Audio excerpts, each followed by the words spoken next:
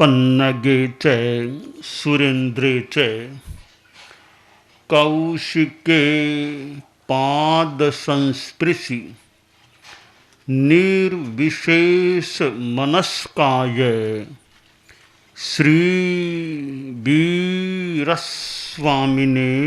नमः। आरहत वाङ्मय में कहा गया है, जीवा जीवाय बंधोय पुण्यं पावासवो तहा संबरो निज्जरा मुखो संते ए तहिया नवे। तहियाणं तो भावाणं सद्भावे उवएषणं भावेणं सद्दहन्तस्य सम्मत्तं तं वियाह्यम्। नव तत्व जैन वाङ्मय में बताए गए हैं और नव तत्वों की जानकारी और श्रद्धा का भी अपना महत्व है।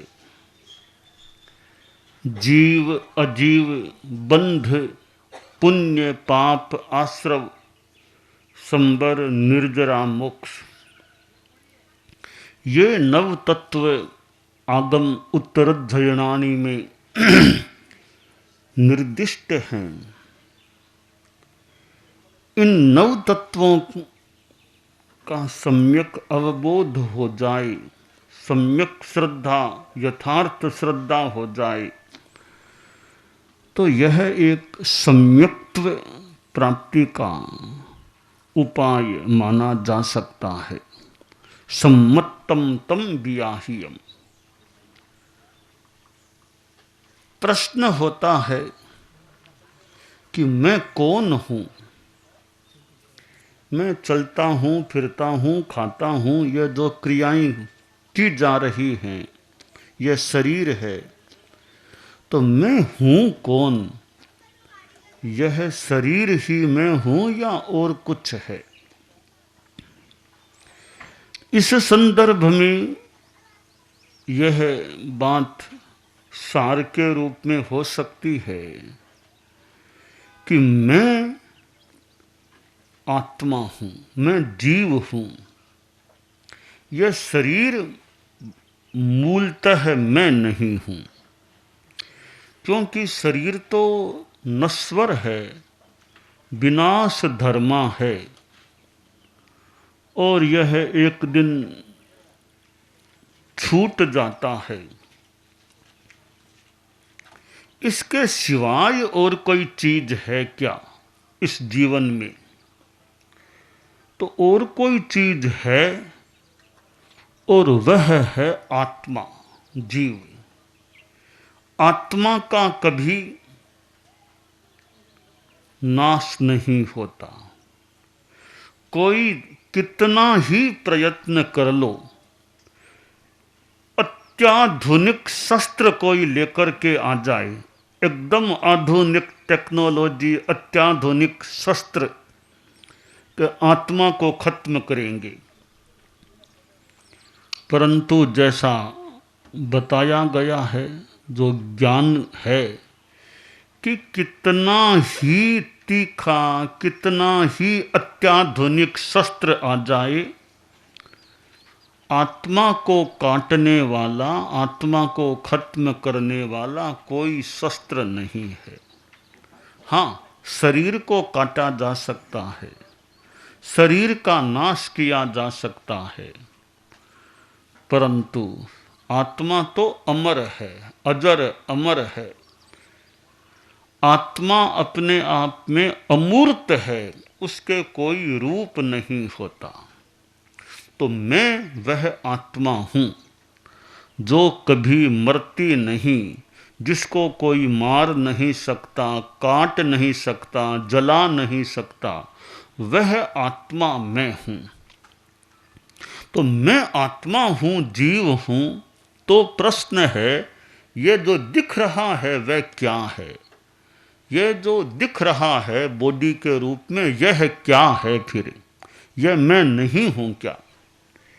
कि यह जो दिख रहा है और कुछ न दिखे जो अंदर है, वह शरीर है, आत्मा नहीं। शरीर है, अजीव है।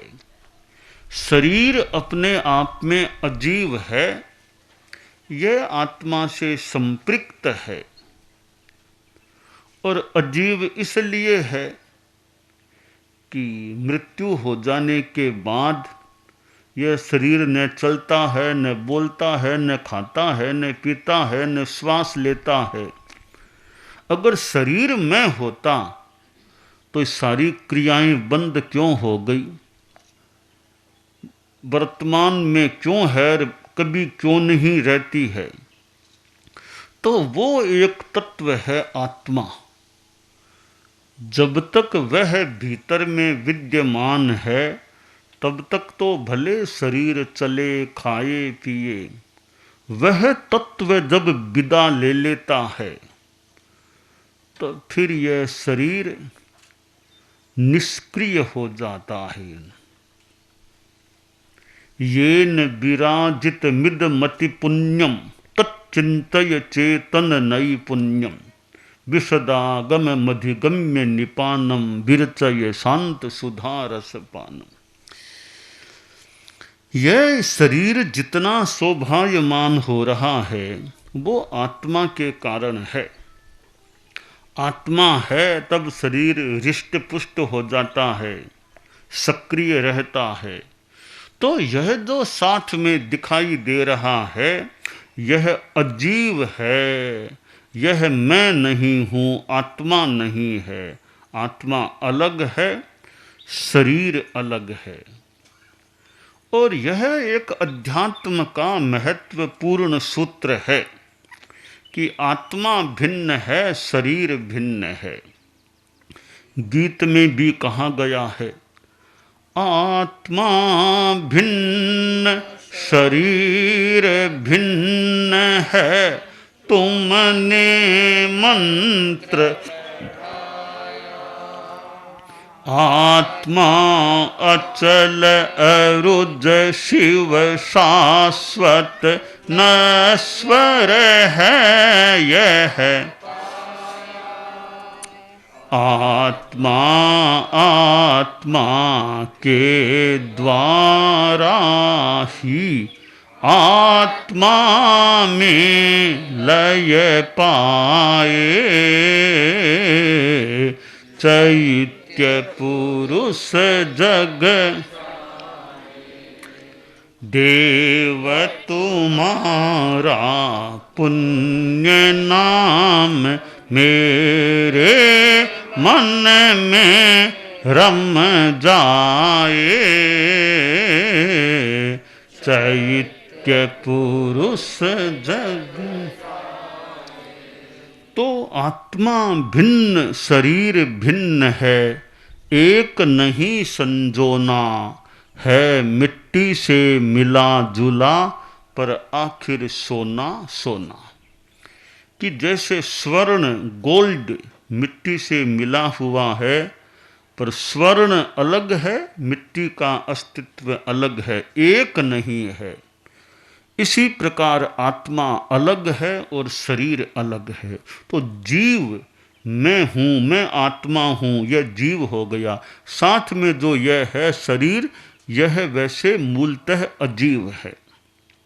तो प्रश्न है कि यह मैं जब आत्मा हूँ तो मेरे साथ यह क्यों हो गया? किस कारण से मेरे साथ यह शरीर अजीव तत्व हो गया? तब बात है कि भाई यह बंध है, आत्मा के साथ कर्म का बंध है, और बंध है तो शरीर का भी बंध हो गया साथ में। यह बंध का प्रभाव मान लो, बंध के कारण से यह शरीर मेरे साथ हो गया। तो बंध है, तो बंध किस रूप में है? बंध दो रूप में है, एक पुण्य का बंध, एक पाप का बंध।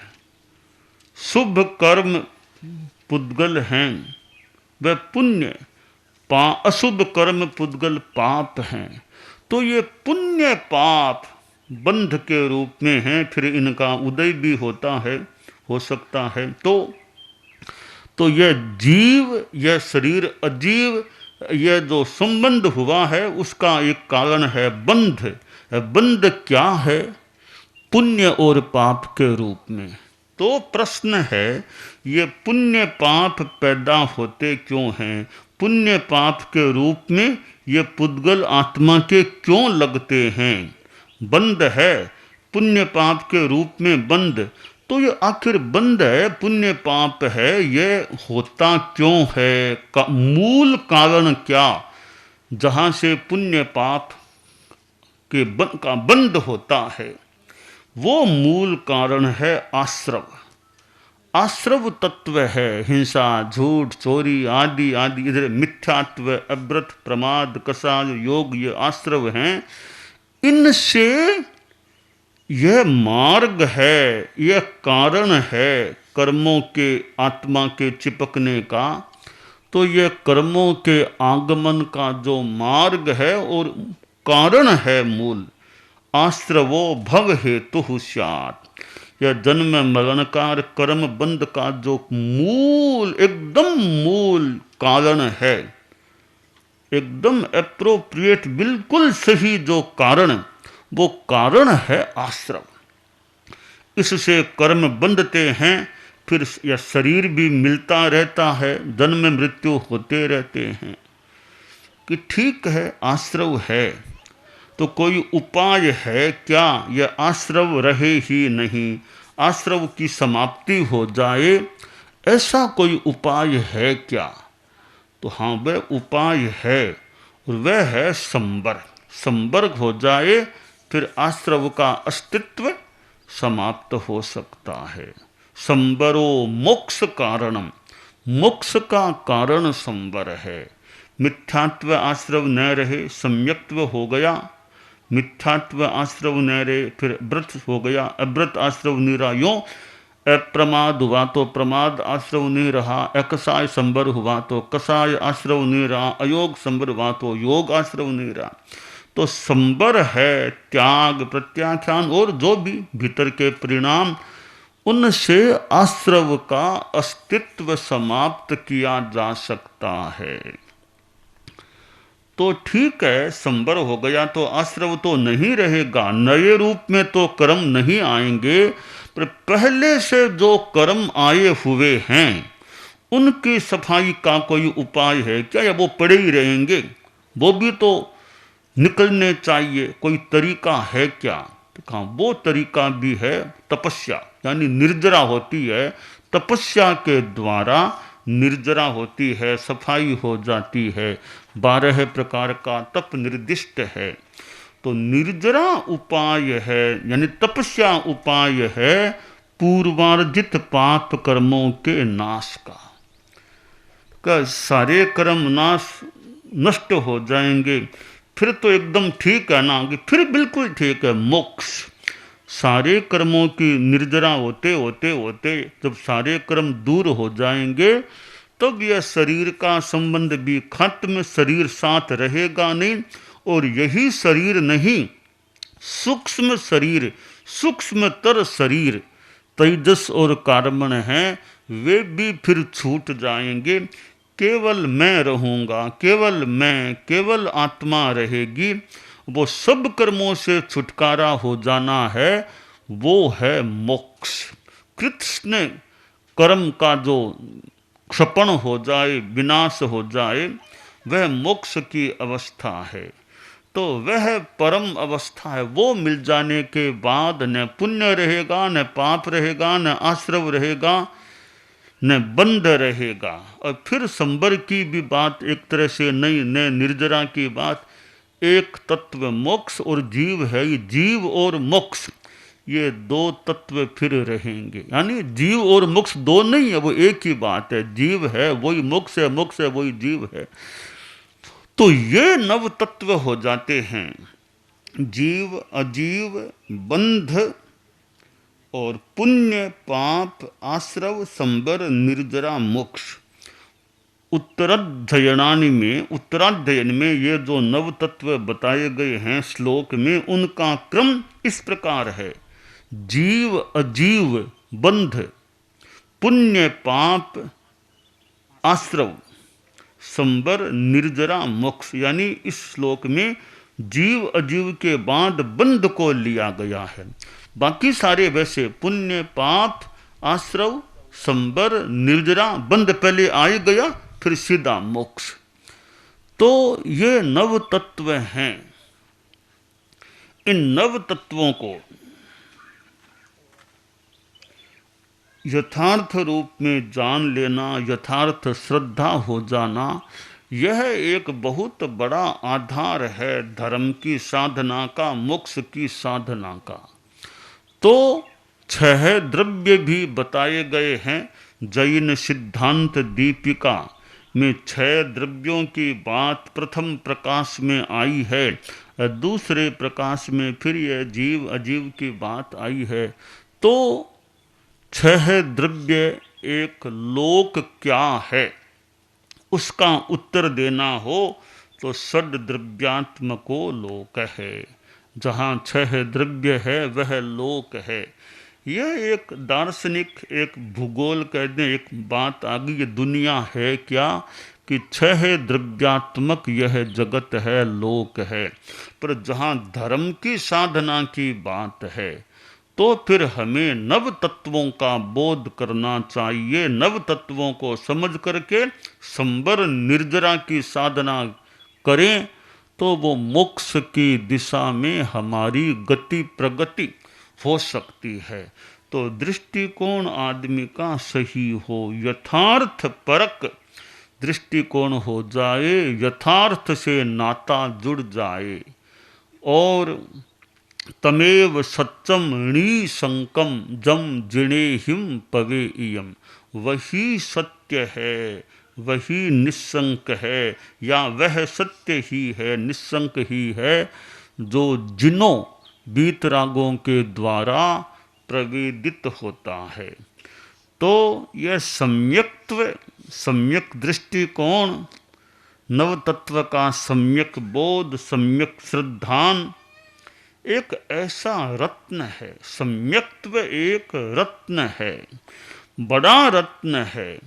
दुनिया में और भी रत्न, बड़े बड़े शहरों में बढ़िया बढ़िया रत्न मिल जाएं, पर सम्यक्त्व जैसा रत्न बड़े बड़े शहरों की दुकानों में जो भौतिक रूप में हैं, सम्यक्त्व के सामने तो बहुत नाकुछ सी चीज है वो दुकानों वाला वो रत्न जो भौतिक मिलता है।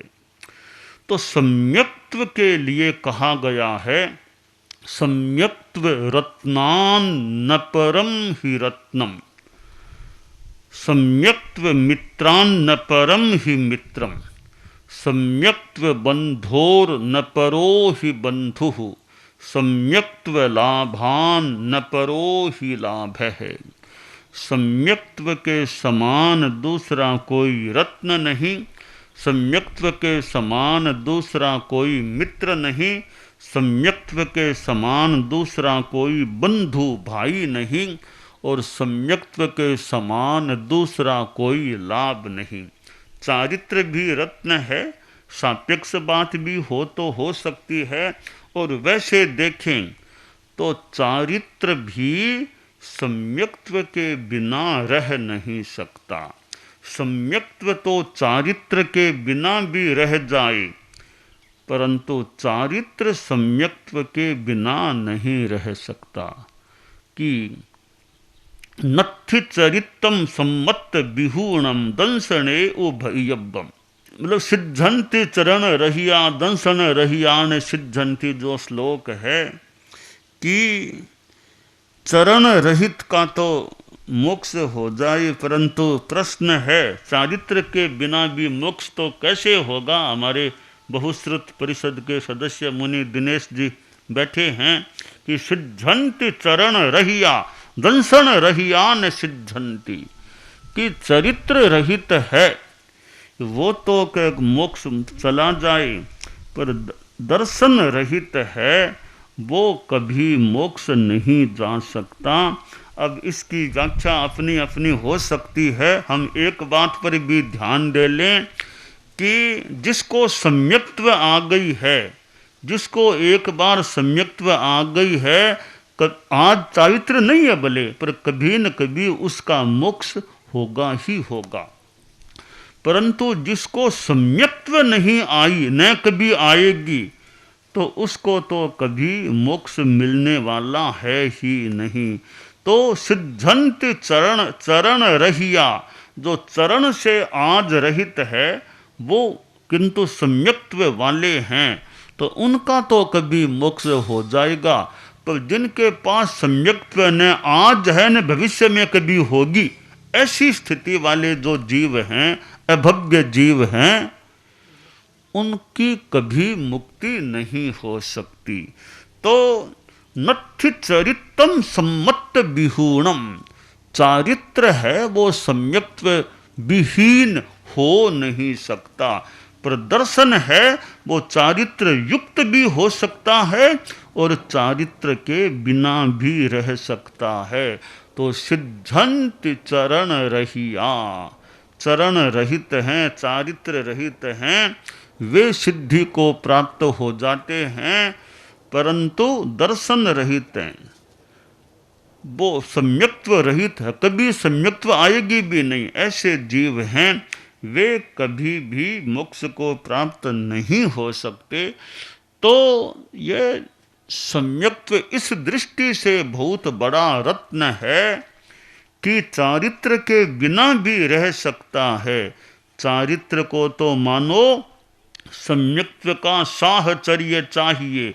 चारित्र तो स्थूल भाषा में कहें सम्यक्त्व के आधार के बिना टिक नहीं सकता।